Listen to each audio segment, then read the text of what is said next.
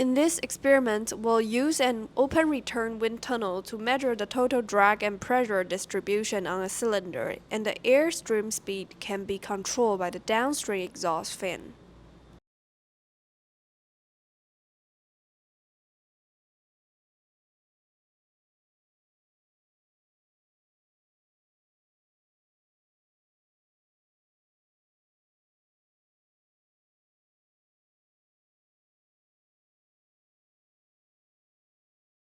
Air is drawn through the honeycomb by the exhaust fan.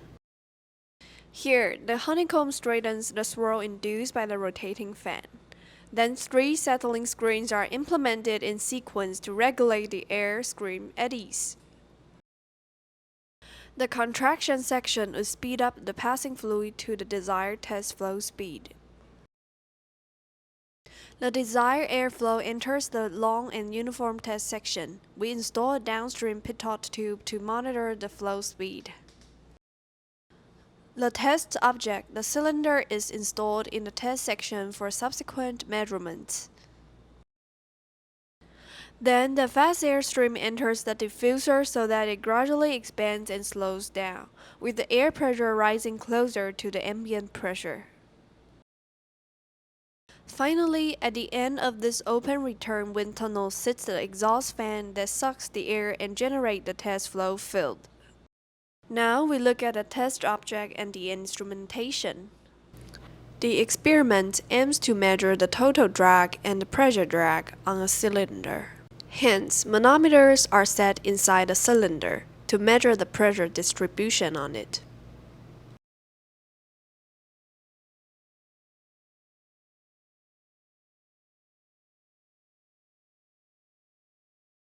When we observe from the side of the cylinder, boundary layer is formed when fluid flows through the cylinder because of viscosity.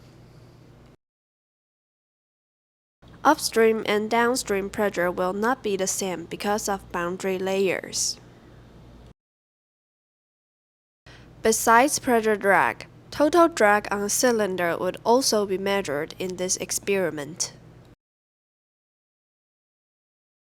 The load cell signals are recorded concurrently via LabVIEW for later analysis.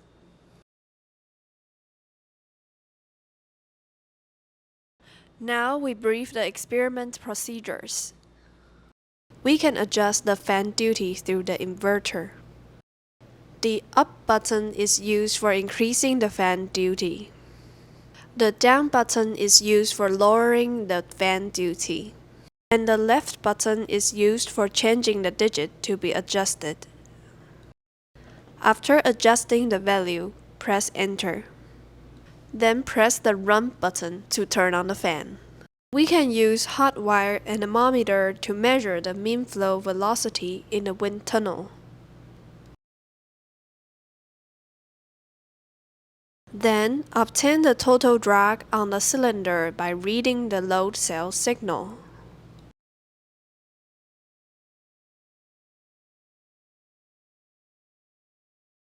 Calibration is needed to obtain the relation between voltage and force.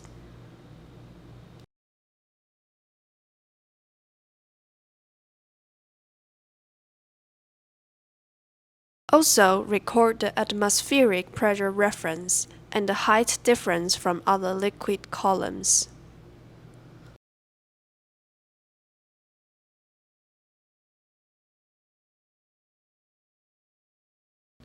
Then you can calculate the flow velocity by Bernoulli equation.